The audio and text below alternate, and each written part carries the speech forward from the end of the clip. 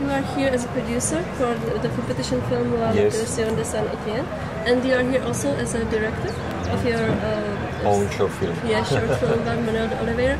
So this is the third film you directed.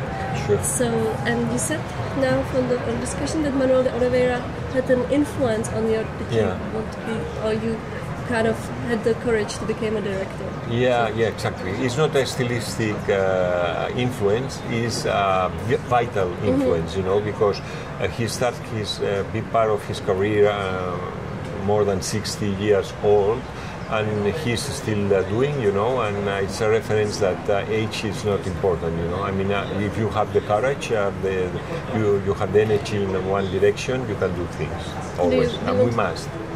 But it's a bit sad that in Spain that you need these other festivals in Carnaval and that probably the art cinema is kind of not so very visible.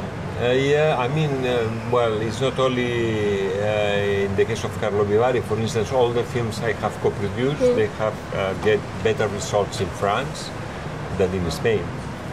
Really? Well, it's a problem with distribution and exhibition, you know, because I am an independent producer and I am not taking part of any kind of lobby or other issues, you know. And my films are hard to be distributed in common theaters, you know. I need a lot of effort every time, look for a new distributor or do by myself, and then the films are 1-2 weeks in one theater and then out. And you've been producing since 1995, I think? Yeah, mostly. So do you think that now it's more difficult than it was? For this kind of movies, you know, my big part of production starts in 2001 with Fuente Alamo, which was my second production. And in these 15 years, I have been producing around total 30 pieces, 30 films, you know. But I cannot follow this process anymore, I think. Even being in the high point of my career, in Prestige and with very important films like Ángel Brumí, Palme d'Or, Oliveira films and so on. But I feel that I cannot follow this path in the coming months, you know. So. Can you summarize what's so special about Manoel de Oliveira? The courage for living and filming, which are together. You know, he says always that movies are not life, but are an aspect of life. It's very interesting, of course, that he's over 100 years old and he's still shooting. Yeah. And so, you produced 2 of his films and in later years. So, could you tell that he's 100 years old, or you don't really tell you don't his feel age? that. You don't feel his age. In fact, it's like if he was stopped, his cellular system were stopped 20 years ago. You know.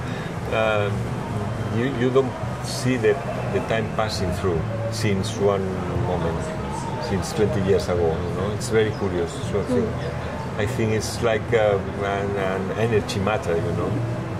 But as he said, he's responsible for his films, not for his age.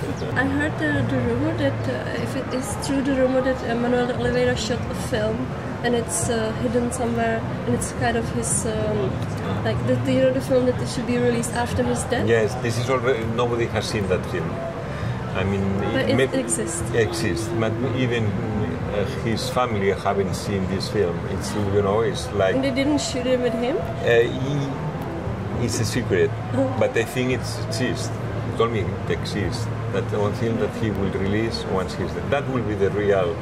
the last part. Yeah, the real, biography of Oliveira. Oh, okay. So you don't even know if it's fiction or this, you don't know anything, just that it secret exists. Yeah, I have not been involved in that, and I don't know nothing about that, only that it exists.